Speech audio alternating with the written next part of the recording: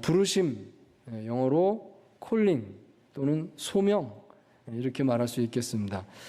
나를 향한 하나님의 뜻을 깨닫고 그 뜻대로 순종하는 삶, 그것이 부르심을 아는 삶이다 말할 수 있겠습니다. 이런 부르심이란 주제는 특별히 믿음이 좋은 분들, 성직자라든지 장로님 이런 분들에게나 해당되지 않는가라고 생각하실지 모르겠습니다. 하지만 그렇지 않습니다. 이 부르심은 누구에게나 중요한 주제인 줄 믿습니다. 하나님 왜 나를 이곳에 이런 모습으로 있게 하셨나요? 그런 질문하지 않습니까? 가정에서 또 직장에서 또 주변 사람들과의 관계 속에서 우리는 끊임없이 이 질문을 하게 되는 것입니다. 그러므로 이 하나님의 부르심을 확인한다는 것은 모든 사람의 삶의 과제이다. 그렇게 말할 수 있겠습니다. 여러분도 한 번쯤은 이 이야기를 들어보셨을 수 있겠는데요. 우리나라 개신교 역사에서 첫 번째 신자들 가운데 한 사람이었던 이응찬이라고 하는 분이 있습니다. 이분은 황해도 의주 사람이었는데요. 1876년에 그가 전 재산을 털어서 만주에 가서 내가 홍삼 장사를 해서 큰 돈을 벌어오리라 해서 홍삼을 잔뜩 사가지고 이제 압록강을 건너서 만주로 가기 위해서 갔다라고 합니다. 자, 그런데 이게 웬일입니까? 가는 길에 그만 압록강을 건너는 중에 배가 뒤집히면서 가져간 홍삼을 모두 다 잃어버리게 되었습니다. 전 재산을 투자했는데 일순간에 망하게 되었으니까 얼마나 허탄하겠습니까? 그는 차마 고향으로 돌아가지는 못하겠고 그래서 살아서 만주의 영구라고 하는 곳으로 갔는데 거기서 할 일이 없는 거죠. 아무것도 없고 다 잃어버렸으니까. 그런데 우연히 스코틀랜드 출신의 존 로스 선교사를 만나게 되었습니다. 그 선교사가 그에게 제안을 한 가지 했던 것입니다. 나의 조선어 선생이 되어 주시오. 그랬습니다. 당시에 이 조선은 쇄국 정책을 하고 있어서 외국인을 만난다, 외국의 종교를 받아들인다, 이것은 철저히 금지되는 것이었습니다. 그래서 그는 이 선교사가 만나자고 했을 때 처음에 두려운 마음이 들었습니다. 하지만 이미 전 재산을 다 잃어버린 터라 의지할 데 없으니 조선어를 가르쳐주면 돈을 준다고 하니까 그것을 의지하기 위해서 그는 선택의 여지가 없는지라 허락을 했다는 것입니다. 다만 두 가지 조건을 내걸었습니다. 첫째로 당신은 절대로 당신의 종교를 나에게 강요하지 마시오. 둘째로 내가 당신을 만나는 것을 철저히 비밀로 해주시오. 그랬다고 합니다. 자, 그래서 그때부터 이제 계약을 하고 이응찬은 밤마다 존 로스 선교사를 찾아갔습니다. 낮에 움직이면 들통이 나니까 밤에만 몰래 가서 이제 말을 가르쳐 줬던 것입니다. 그런데 이제 얼마쯤 지나서 존 로스 선교사가 어느 정도 조선말을 배웠을 때 이제는 또 이렇게 제안을 했습니다. 내가 이제 신약 성경을 조선말로 번역을 하고자 하는데 이것을 좀 도와주시오. 그러니까 이 이응찬이라는 이분이 아직 예수님도 믿지 않는 분인데 생각하게 됐습니다. 그래, 내가 돈을 벌어야지. 그래서 그것도 도와주게 된 겁니다. 그럼 내가 돕겠다고. 그래서 그것도 이제 저녁마다 몰래 가서 열심히 꼼꼼히 읽고 번역하는 일을 하게 되었다는 것입니다. 그런데 이 응찬 이 사람은 성경 번역하는 일을 하다가 자연스럽게 성경을 읽게 되고 그러면서 마음속에 변화가 일어나게 되었던 것입니다. 자, 그러다 몇 년 후에 같은 의주 사람 백홍준이라는 사람이 존 로스 선교사의 동료 선교사 맥킨타이어 선교사에게 와서 세례를 받는 것을 옆에서 보게 되었습니다. 그때 다른 사람이 세례받는 것을 보면서 그의 마음속에 감동이 일어났습니다. 아, 나도 세례를 받아야 되지 않을까, 이런 생각이 드는 겁니다. 그가 고민했다고 합니다. 내가 전 재산을 잃어버리고 여기 만주에서 선교사의 어학선생이 된 거, 또 성경을 번역하면서 기독교의 성경을 꼼꼼히 읽게 된 거, 이 모든 것이 우연이 아니라 하나님의 부르심이로구나, 이런 생각이 들었습니다. 그래서 깨닫게 된 이 이응찬은 자신의 의주 친구들 3명과 함께 맥킨타이어 선교사에게 가서 세례를 받았습니다. 그리고 얼마 후에 같은 고향 후배 서상륜이라는 사람을 전도하게 되었는데, 이 서상륜이라는 사람이 다시 황해도 땅으로 돌아갔을 때 그는 우리나라 최초의 교회 소래 교회를 창립한 사람이 되었습니다. 여러분, 제가 드리고자 하는 말씀은 이것입니다. 우리는 삶에서 하나님의 부르심을 깨달을 줄 알아야 하겠습니다. 왜 내가 오늘 여기 이 모습으로 있을까? 그 속에 하나님의 부르심이 있지 않겠습니까? 아, 그래서 하나님께서 나를 여기 이렇게 두셨구나. 여러분, 우리가 그것을 생각하고 그 부르심을 느끼고 그 부르심에 응답할 줄 알아야 되겠습니다. 그것을 깨달을 때에 나의 삶에 놀라운 일이 일어나게 될 줄 믿습니다. 참으로 나를 향한 하나님의 부르심을 깨닫는 저와 여러분 되시기를 축원드립니다. 자, 오늘 본문 말씀은 예레미야서인데요. 이 예레미야는 일명 눈물의 선지자라고 불리는 선지자입니다. 왜 눈물의 선지자인가 하면 그는 이 바벨론에 의해서 우리나라가 다 망할 것입니다. 성전은 무너지고 많은 백성들이 바벨론에 포로로 끌려가게 될 것입니다. 이제 이런 불행한 예언을 해야 했기 때문입니다. 그는 예언을 하면 할수록 사람들의 환영을 받지 못했습니다. 모든 유다 백성들은 예레미야를 반대했습니다. 예레미야를 비난했습니다. 왕도 제사장도 다른 동료 선지자들도 전부 다 예레미야 편이 아무도 없었습니다. 그래서 예레미야를 박해하기도 하고 심지어 예레미야를 죽이겠다고 하는 그런 일까지 있었던 거죠. 그러니까 예레미야는 눈물의 선지자가 될 수밖에 없었습니다. 하나님 전하란 말씀 전했는데 도대체 이게 어떻게 된 겁니까? 자, 그렇기 때문에 이 예레미야서를 보시면 예레미야가 끊임없이 하나님의 부르심에 대해서 의심을 하고 또 이 하나님의 부르심을 다시 확인하기 위해서 몸부림치는 것을 볼 수가 있습니다. 여기 예레미야서 20장 7절 말씀 하나 예를 들어서 보겠는데요. 공동번역으로 봅니다. 우리 같이 한번 읽겠습니다. 시작. 야훼여, 저는 어수룩하게도 주님의 꾀임에 넘어갔습니다. 주님의 억지에 말려들고 말았습니다. 그래서 날마다 웃음거리가 되고 모든 사람에게 놀림감이 되었습니다. 아멘. 참 번역이 아주 감성적으로 번역되지 않았습니까? 정말 그렇습니다.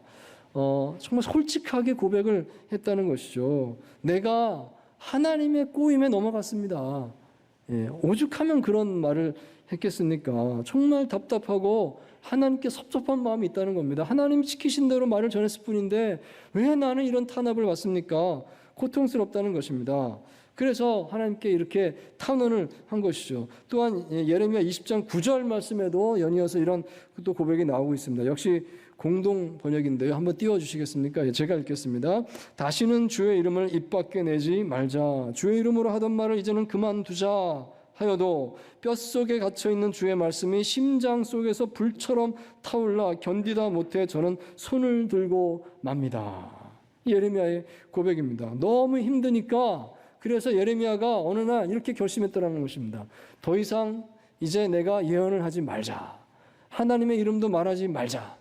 그러니까 예언자 파업하자. 이렇게 결심을 했다는 것이죠. 자, 그랬더니 그의 마음속에 이 하나님의 말씀이 그 심장에서 막 불타오르는 것 같은 그런 뜨거움을 느껴서 견딜 수가 없어서 다시 선지자의 자리로 돌아왔다는 것입니다. 그것을 고백하고 있는 것입니다. 자, 그렇지만 예레미야는 이렇게 고뇌에 고뇌를 거쳐서 또 부르심을 확인하면서 이렇게 선지자 직분을 감당했지만 그는 끝까지 잘 감당을 했고 마침내 하나님의 소명을 잘 완수할 수가 있었습니다. 자, 오늘 보면 예레미야서 1장에 이 예레미야에게 들려주신 그 하나님의 부르심의 그 장면이 있습니다. 그것을 여기 고백을 하고 있는데요. 이 고백을 같이 보면서 오늘 나를 향한 하나님 부르심이 무엇인지 이 소중한 메시지를 우리 함께 헤아릴 수 있게 되기를 원합니다. 자, 첫째로 하나님께서는 우리가 불안한 세상 속에서 하나님의 구원받은 자로서의 부르심을 확신하게 되기를 원하십니다. 자, 5절 말씀 우리 같이 함께 읽겠습니다. 시작. 내가 너를 모태에 짓기 전에 너를 알았고 네가 배에서 나오기 전에 너를 성별하였고 너를 여러 나라의 선지자로 세웠노라 하시기로. 아멘. 자, 이 말씀 잘 보시면 중요한 뜻을 전하는 세 개의 동사를 찾아볼 수가 있겠습니다. 첫 번째는 너를 알았고 알았다라고 말씀을 합니다. 내가 너를 모태에 짓기 전에 너를 알았다. 하나님 말씀인 것이죠. 두 번째는 네가 배에서 나오기 전에 너를 성별하였다 말했습니다. 성별하였다. 즉 거룩하게 구별했다. 그런 말씀입니다. 그리고 세 번째 말씀은 너를 여러 나라의 선지자로 세웠노라. 이렇게 표현을 하고 있습니다. 자, 여러분, 이 알았다, 너를 성별했다, 너를 선지자로 세웠다, 이 세 가지 표현을 다 묶어서 한마디로 말한다고 하면 구원하셨다라고 표현할 수가 있겠습니다. 하나님께서 나를 아시고 나를 성별하시고 나의 삶의 사명을 주셨습니다. 이게 바로 구원인 것입니다. 우리가 구원받으면 이렇게 된다 말할 수 있습니다. 자, 그런데 중요한 것은 하나님께서 이 모든 일을 오래전에 하셨다는 고백입니다. 내가 어머니 뱃속에 있을 때 이미 그렇게 하셨습니다. 아니, 나라고 하는 존재가 이 세포 하나가 생겨나기도 그 전에, 훨씬 전에 그때 하나님께서 이미 이렇게 하셨습니다. 즉 하나님의 구원은 내가 생각하지도 못할 때, 나라고 하는 존재가 있지도 않을 때 이미 나를 향해서 주어져 있었다는 것입니다. 그것을 예레미야가 하나님 말씀을 듣고 고백을 하고 있구나 하는 것을 볼 수가 있습니다. 여러분, 상식적으로 이 말에 논리가 잘 맞지 않는다는 생각이 들 것 같습니다. 그렇지 않습니까? 일단은 내가 있어야, 그래야 내가 구원을 받든지 버림을 받든지 이렇게 되지 않겠는지요. 자, 그렇지만 예레미야 고백은요, 그 순서를 바꾸고 있습니다. 먼저 내가 구원받았습니다. 그리고 나서 한참 있다가 내 존재가 세상에 있게 되었습니다. 이렇게 말하는 것입니다. 자, 이해가 되지 않죠. 이런 것을 신학적으로 예정론이라고 부르는데요. 우리가 알기 전에, 우리가 전혀 모를 때 이미 하나님께서 다 이뤄 놓으셨습니다 라고 하는 그 하나님의 차원에서의 언급이 됩니다. 자, 이렇게 말하는 데는 이유가 있다 하겠습니다. 이것은 이 불안한 이 세상 속에서 하나님께서 우리를 붙들어 주시는 손길이 얼마나 든든한지를 알려주는 것이다 말하겠습니다. 하나님께서 태초부터 나를 아셨습니다. 그때부터 벌써 나를 기억하시고 나를 사랑하셨습니다. 그렇게 나를 구원하셨습니다. 자, 그러면 그 말을 들으면 정말 우리 마음에 든든함이 드는 것입니다. 그러므로 우리는 세상 속에서 어떤 위기와 어떤 시험을 만나게 된다 할지라도 그 변하지 않는 하나님의 사랑을 확신함으로 그 모든 상황을 견디고 이겨낼 수 있는 힘을 얻게 되는 줄 믿습니다. 자, 두 번째로 또 하나님께서는 우리가 세상에 하나님의 증인으로서의 부르심을 확신하게 되기를 원하시는 줄 믿습니다. 자, 6절에서 8절까지 말씀을 같이 다시 한번 읽겠습니다. 시작. 내가 이르되 슬프도소이다. 여호와여 보소서 나는 아이라 말할 줄을 알지 못하나이다 하니 여호와께서 내게 이르시되 너는 아이라 말하지 말고 내가 너를 누구에게 보내든지 너는 가며 내가 내게 무엇을 명령하든지 너는 말할지니라. 너는 그들 때문에 두려워하지 말라. 내가 너와 함께하여 너를 구원하리라. 나 여호와의 말이니라 하시고. 아멘. 자, 하나님께서 예레미야에게 이제 말씀을 주시고 선지자의 삶을 살도록 하셨습니다. 먼저 그 말씀을 주셨습니다. 자, 그런데 그 말씀을 들은 예레미야의 첫 반응은 자신의 무능을 걱정하는 것이었습니다. 하나님께서 이렇게 말씀하셨지만 나는 도저히 그걸 감당할 만한 사람이 아닙니다. 이게 예레미야의 마음이었습니다. 여기 6절 말씀 보시면 슬프도소이다 고백하죠. 나는 아이입니다. 이 아이라고 하는 이 말은 나이가 어립니다 이런 뜻이 아니라 모든 것이 미숙합니다 이런 뜻입니다. 내가 잘하는 게 뭐 있습니까? 나는 잘하는 게 아무것도 없습니다. 이렇게 고백을 하고 있습니다. 나는 말할 줄을 알지 못합니다. 무엇보다도 내게 하나님 말씀을 전하라고 하시는데 내가 제일 약한 게 말 못하는 겁니다. 예레미야가 이렇게 말을 했다는 것이죠. 이 출애굽기에 모세가 했던 그 말과 같은 말을 예레미야도 했구나 하는 것을 알 수가 있습니다. 자, 그러므로 예레미야가 하는 말의 결론은 뭐냐면 나는 하나님의 선지자의 직분을 감당할 만한 그런 그릇이 안 됩니다. 이런 말을 했다는 것이죠. 이게 예레미야의 첫 응답이었습니다. 이게 6절 말씀입니다. 자, 하지만 이어서 7절, 8절에 하나님의 위로의 말씀이 나오고 있습니다. 너는 아이라고 말하지 말아라. 내가 누구에게 보내든지 너는 그에게 가며 내가 무슨 말을 부탁하든지 너는 그대로 말해라. 그러니까 내가 하라는 대로만 해라. 하라는 대로만 해라. 말씀하는 겁니다. 두려워하지 말라. 내가 너를 구원하리라. 어려움에 처하게 될 때 내가 너를 구원해 준다. 보장해 주셨습니다. 즉 하나님께서는 우리가 순종하기만 하면 충분히 할 수 있게 해주신다. 이 말씀을 하셨다는 것입니다. 왜냐하면 그 이유는 하나님께서 함께 하시기 때문입니다. 여기 8절 말씀 잘 보시면 하나님께서 함께 한다. 이 말씀을 주고 계십니다. 내가 함께 하지 않느냐? 내가 하는 것이다. 너는 순종하기만 된다. 이 말씀을 하셨습니다. 자, 그럼으로써 여기 10절 보시면 내가 오늘 너를 여러 나라와 여러 왕국 위에 세운다라고 말씀합니다. 누가 세웁니까? 하나님이 예레미야를 세운다 하는 것입니다. 세운다. 그럼으로써 뽑고 파괴하며 파멸하고 넘어뜨리고 이건 이제 해체하는 걸 말하는 것이고요. 그리고 건설하고 심게 하겠다. 이것은 다시 이렇게 세우는 걸 말하는 겁니다. 그러니까 예레미야가 순종하기만 하면 온 세상이 무너지기도 하고 다시 온 세상을 세우기도 하고 이걸 할 수 있게 하겠다. 하나님께서 이 말씀을 하셨다는 것입니다. 자, 그러므로 본문에서 우리는 하나님께서 우리를 충분히 세상에서 증인으로 살도록 하십니다라는 그 메시지를 받을 수가 있겠습니다. 우리는 할 수 없지만 하나님이 함께 하심으로 하나님께서 하게 하시는 줄 믿습니다. 증인이 된다는 것은 말씀의 증인이 되는 것입니다. 하나님의 말씀을 주시고 이 말씀대로 이루어집니다.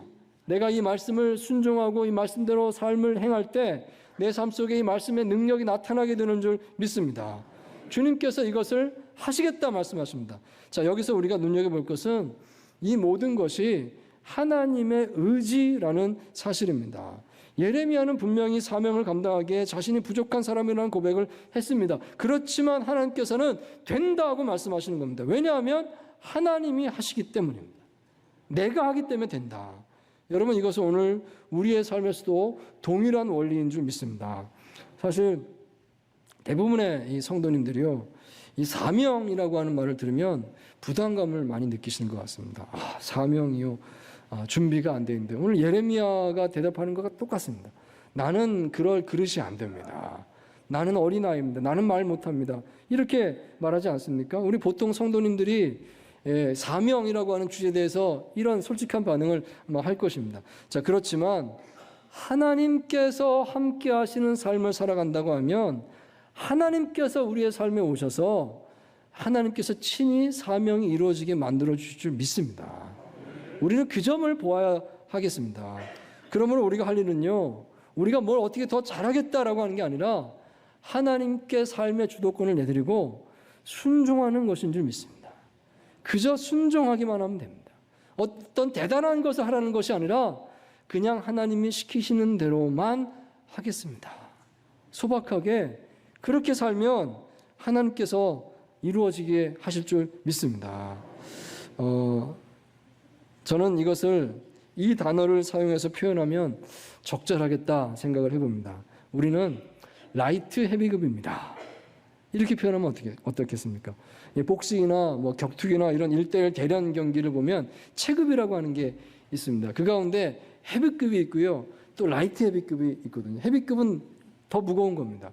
헤비급은 더 크고 더 세고 더 어떤 큰 것을 이루는 어떤 그런 파워가 있는 그런 이미지를 상징한다 하겠습니다. 하지만 라이트 헤비급은요, 라이트라는 말이 붙었잖아요. 가벼운 헤비급이에요. 그러니까 그 아래 체급을 말하는 것인데, 우리가 세상 속에서 그리스도인으로 살아갈 때 사실 헤비급이 되면 좋겠죠. 정말 진짜 하나님이 원하시는 대단한 일을 한번 했으면 좋겠어요. 그러자면 있는 것을 다 내려놓고 모든 직장 다 내려놓고 막 전임으로 뛰어들어야 되는 겁니다. 멀리 해외 선교사로 나가고 신학교를 다시 가고, 그러면 얼마나 좋겠습니까? 그런데 사실 그런 결정은 쉬운 결정이 아닌 것입니다. 현실적이지가 않다는 것이죠. 그래서 보다 현실적으로 우리에게 적절한 방법이 있다면 그것은 우리의 일상에 충실하면서, 즉 라이트하게 살면서, 우리가 하는 일을 다 하면서, 하나님 내게 주신 일을 하면서, 그러면서도 파워 있게 사는 지혜가 필요하다 하겠습니다. 주님의 임재 가운데 그 힘이 주어지는 줄 믿습니다. 그것을 라이트 헤비급이다 이렇게 표현할 수 있지 않겠습니까? 성경에 그 라이트 헤비급의 예가 여러 명 나오고 있는데요. 그 가운데서 다니엘 같은 사람을 한번 생각해 보면 좋겠습니다. 다니엘은 얼마나 깊이 기도하고 얼마나 그 하나님 말씀에 그 영감 있는 그런 선지자의 사역을 한 사람 아니었겠습니까? 자, 그런데 또 생각해 보면 다니엘은 일반 세속 직업이 있는 사람이었습니다. 그는 바벨론에서 페르시아에서 정치인이었습니다. 총리를 감당했습니다. 얼마나 바빴을까요? 그 이방 나라에서 총리를 하니까 얼마나 눈치를 많이 봤을까요? 그런데도 그는 공정하게 맡은 일을 정직하게 잘했다는 것이죠. 그러면서도 하나님을 잘 믿었고 하나님 뜻을 잘 섬겼습니다. 여러분, 오늘 우리의 삶이 그렇게 될 수 있는 줄 믿습니다. 오늘 우리가 하나님의 사명을 이루는 것이 반드시 어떤 대단한 사람들이 깜짝 놀랄 만한 그런 일을 이루는 데 있는 것이 아니라고 생각합니다. 물론 대단한 헌신을 해야만 할 때는 그렇게 할 수 있어야 되겠지만 사실 더 중요한 것은 우리의 일상에서 꾸준히 작은 순종의 삶을 사는 것인 줄 믿습니다. 작은 등불이 되는 것입니다. 그게 사실 현실적으로 하나님께서 우리를 통해서 이루시는 일이 아니겠습니까? 그저 매주 빠지지 않고 예배의 자리를 잘 지키는 것, 이것만 해도 정말 대단한 것입니다. 가끔 좀 어려울 때도 있겠지만 그래도 내가 매일 경건의 시간을 지키기 위해서 힘씁니다. 이것이 정말 놀라운 일인 것입니다. 내 주변에 기도가 필요한 사람이 누가 있을까?